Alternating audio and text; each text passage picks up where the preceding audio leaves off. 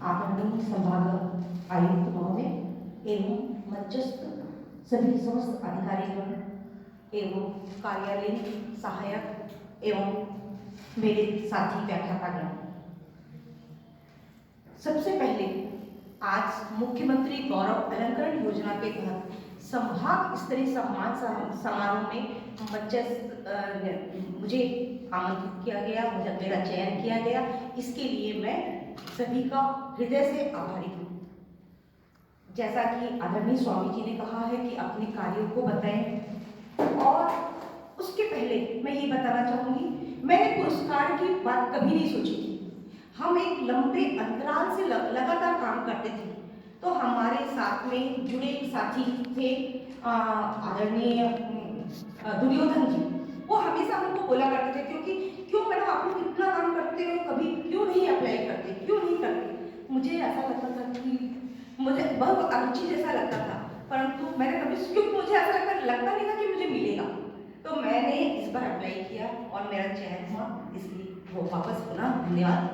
और रही बात काम की, तो जब हम काम करते हैं तो जैसा कि आदरणीय विकेश जी ने भी बताया, हमने जब पहली नियुक्ति हुई तो हम लोग सोचते थे कि वहाँ पढ़ाना है, कक्षा में पढ़ाना है, हमने पढ़ा देते थे। और जैसा कि मैं विज्ञान समूह से हूँ, तो बच्चे हमेशा बोला करते थे कि मैडम आप जब पढ़ाते हो तब तो समझ में आता है, पर जब चले जाते हो तो हम लोग भूल जाते हैं, हमें याद नहीं रहता। ये हमेशा प्रॉब्लम बताते थे और उनके मार्क्स भी ज़्यादा नहीं आते थे। तो फिर हम लोगों ने ये विचार किया, मैंने विचार किया, फिर उनको प्रायोगिक रूप में मैंने ज़्यादा महत्व दिया। और प्रायोगिक रूप में जितनी विज्ञान की एक्टिविटी गतिविधियां हैं वो मैंने संचालित किया। बच्चे पार्टिसिपेट तो करते थे, सहभागिता तो रहती थी, परंतु बहुत दबावपूर्ण रहता था। फिर मैंने उनसे बात किया तो पता चला कि घर का वातावरण ठीक नहीं था, या उनका हेल्थ इश्यू था, या उनका आर्थिक प्रॉब्लम था, और कई बार लड़कियों के साथ तो उनके सामाजिक प्रॉब्लम भी बहुत सारे थे। तो फिर मैंने परामर्श स्टार्ट किया, और उस समय साक्षरता भी चल रहा था, तो मैंने बात किया साक्षरता में। तो आर्थिक प्रॉब्लम के लिए मैंने दत्तक पुत्री योजना के अंतर्गत बहुत सारे सम्मानित व्यक्तियों से मैंने बात किया, और उन बच्चों को जिनके पेरेंट्स नहीं हुआ करते थे, या अकाल मृत्यु हो जाती थी, या बहुत नजरअंदाज करते थे, ऐसे बच्चों को मैंने दत्तक पुत्री योजना के अंतर्गत मैंने उनको लाभान्वित करने की कोशिश की, प्रयास किया। फिर परामर्श की मदद से मैंने बहुत बार घूम कर उनके माँ के छोटे छोटे समूह मैंने बनाए, स्व सहायता समूह, जिसको दीदी बहन के नाम से जाना जाता है। और इसका प्रारंभ मैंने 94 में किया था, पहले 94 में। और सौभाग्यवश मुझे प्रशिक्षण के लिए भी भोपाल भेजा गया था, तो मुझे बहुत अच्छा लगा कि ये काम होना चाहिए। तो ऐसा मैंने बहुत सारे, कई बार मैंने लोगों को शोध व्यक्ति के रूप में भी काम किया और प्रशिक्षण दिया, ताकि वो अपना जुड़े, वो महिला जो बच्चों की माँ है वो जुड़े, और जुड़कर अपने सामाजिक प्रॉब्लम पर, अपने आर्थिक प्रॉब्लम पर वो चर्चा करें, क्योंकि उनको मंच नहीं मिल पाता था। और वो सफल भी रही और बच्चे भी रहे सफल। फिर रही भागीदारी, जब मैंने उनको पहली बार मॉडल बनाया तो सफल तो नहीं हुआ था, पर मैंने मेडेसरा में मैंने बनाया था। तो फिर मैंने प्रोजेक्ट बनाया, जब मैंने प्रोजेक्ट बनाया और मैं खालसा स्कूल में उनका प्रेजेंटेशन था और उनका चयन हो गया। बच्चे इतने खुश हुए, मैंने उनको देखा कि आंखों में इतना अच्छा लगा कि पूछो मत। वो बहुत 3 दिन तक बहुत खुश रहे, जब भी मुझे देखते दौड़ के आ जाते। मैंने सोचा कि देखो, इतनी छोटा सा प्रयास में बच्चे इतना आगे खुश हो पा रहे हैं। और जब हम सर्वांगीण विकास की बात करते हैं तो हमें इस पर भी फोकस करना चाहिए। मैं फिर उनको जब स्टेट लेवल पे गई, उस समय हमारा चयन नहीं हुआ था, परंतु बच्चे बार बार कहते, मैडम हमारा नाम हमको सुनाई पड़ रहा है, मैडम हमारा नाम हमको सुनाई पड़ रहा है। मैंने कहा कि देखो, बच्चों की इच्छा शक्ति कितनी है, आवश्यकता है हमें प्रयास करने की। और उन्हीं प्रयास के तहत मैंने फिर बच्चों का, फिर मैंने उनको लगातार मैंने ये विज्ञान के क्षेत्र में बहुत सारा, चाहे मॉडल की बात हो या प्रोजेक्ट प्रेजेंटेशन की बात हो, और मैंने यही बच्चों को समझाया, आपका सिलेक्शन हो या ना हो, आपके व्यक्तित्व का विकास होगा, आपके अंदर जो डर है बेटा वो दूर होगा, आप जरूर जाओ, और प्रयास करते करते आप जरूर सफल होंगे। और ऐसा हुआ भी, और हमारा कई बार नेशनल नेशनल लेवल पर भी गया और स्टेट लेवल पे तो हर साल 3 या 4 मॉडल जाता है हमारा। और इसके अलावा मैंने दिव्यांग बच्चों के लिए भी बहुत काम किया। दिव्यांग बच्चे क्या होते थे, हमेशा उपेक्षित हो जाते थे। वो सोचते थे कि हमको तो क्लास में भी कोई इग्नोर नहीं करता, वो खेल भी नहीं पाते थे।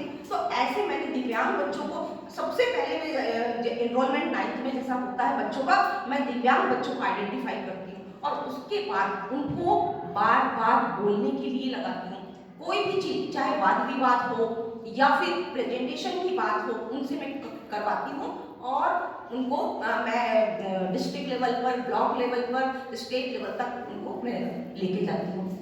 कोशिश करती हूँ कि बच्चे प्रेजेंट करें, अपनी बात को रखें और अधिकारियों से भी मैं थोड़ी सी बातचीत कराने का प्रयास करती हूँ ताकि उनमें आत्मविश्वास पैदा हो।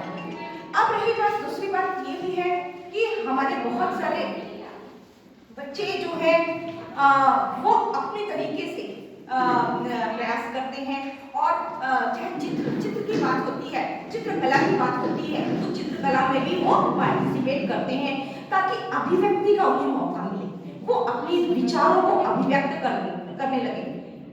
प्रारंभ में जब मैंने देखा था तो प्रारंभ में वो ऐसा था, बच्चों को ड्राइंग कंपटीशन के लिए बोला जाता था, बच्चे क्या बना मैडम, थीम ही समझ नहीं आता था उनको।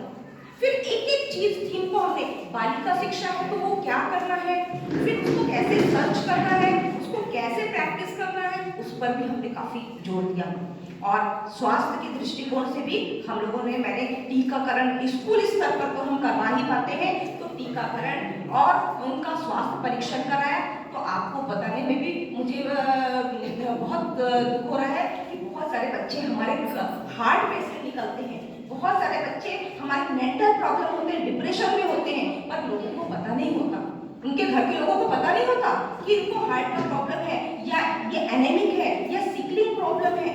क्या होता क्या है, जब गंभीर बीमारी होती, गंभीर रूप से बीमार होते हैं तब उनको पता चलता है। तो ये चीजों को हमने पेरेंट्स को बुला के ऐसे बच्चों को आइडेंटिफाई किया हमने, और आइडेंटिफाई करके उनके पेरेंट्स को बुला के डॉक्टर से हमने काउंसलिंग कराया। और मैं एक बात और बता दूं कि मानसिक, मैंने पिछले 3 साल से मानसिक स्वास्थ्य पर भी काम कर रही हूँ। और हर बच्चा, यदि मेरे को कोई उदास दिखता है तो मैं अलग से कमरे में ले जाकर उसकी फैमिली हिस्ट्री के बारे में जानकारी लेती हूँ और काउंसलिंग करने की कोशिश करती हूँ। जहाँ पर मुझसे नहीं हो पाता मैं जिला अस्पताल भी रिफर भेजती हूँ और डॉक्टर की, चिकित्सक की परामर्श लेती हूँ। या किसी का दवाई चल रहा है, मेडिसिन चल रहा है, तो उसके पेरेंट्स को बुलाकर उस दवाई के बारे में भी जानकारी हम देते हैं। इन सब ऐसे काम तो बहुत सारे हम लोग इंडिविजुअल रूप से रोज कुछ ना कुछ करते हैं एक नया। और वाकई में यदि बोला जाए तो हम लोग शिक्षित कार्य से ज्यादा उनसे भावनात्मक रूप से जुड़ जाते हैं, और जब भावनात्मक रूप से जुड़ते हैं तभी उनका ऐसा लगता है कि मुझे सर्वांगीण विकास हो पाएगा और बच्चे आगे बढ़ पाएंगे। और इसके साथ में ही मैं ये भी बताना चाहूंगी कि मेरे को इस सब कारणों के लिए एक नई ऊर्जा या मेरे रचनात्मक कार्य या को ऊर्जा प्रदान करने का जो कार्य किया है हमारे भूतपूर्व प्रमुख निर्देशक आदरणीय DN शर्मा जी। जब भी हम काम करके 12-12 घंटे हम लगातार काम करते थे, वो कहते थे कि आप 5 घंटा अपने लिए काम कर रहे हो, जब 10 घंटा आप काम करोगे या 5 घंटे से अधिक काम करोगे तो समाज के लिए काम करोगे, दूसरों के लिए काम करोगे। और वो हमको हमेशा मोटिवेट करते थे। इसके अलावा मैं और भी बताना चाहूंगी, हमारी पूर्व प्राचार्य, शाला की प्राचार्य आदरणीय श्रीमती रेखा दवे, जब भी मैं रायपुर लेके जाती थी, बच्चों को आवाज ही रहता था, वो हमेशा फोन करके मेरे से पूछा करती थी कि बच्चे ठीक है कि नहीं, बच्चे का ध्यान रखना है, और बच्चे वापस आए और रिजल्ट को भी देखती थी और बच्चों को बुलाकर इंडिविजुअल रूप से मोटिवेट करती थी, बेटा आप अपना प्रेजेंटेशन अच्छे से करो, समझ के करो, विषय को समझो। और आज भी हमारे यहाँ जो वर्तमान में प्राचार्य हैं आदरणीय श्रीमती जया तिवारी जी का भी मैं बहुत बड़े दिल से शुक्रिया अदा करती हूँ। और उसके अलावा आज आप लोगों ने मुझे अपनी अभिव्यक्ति का मौका दिया, इसके लिए सदन का पुनः धन्यवाद ज्ञापित करती हूँ। धन्यवाद।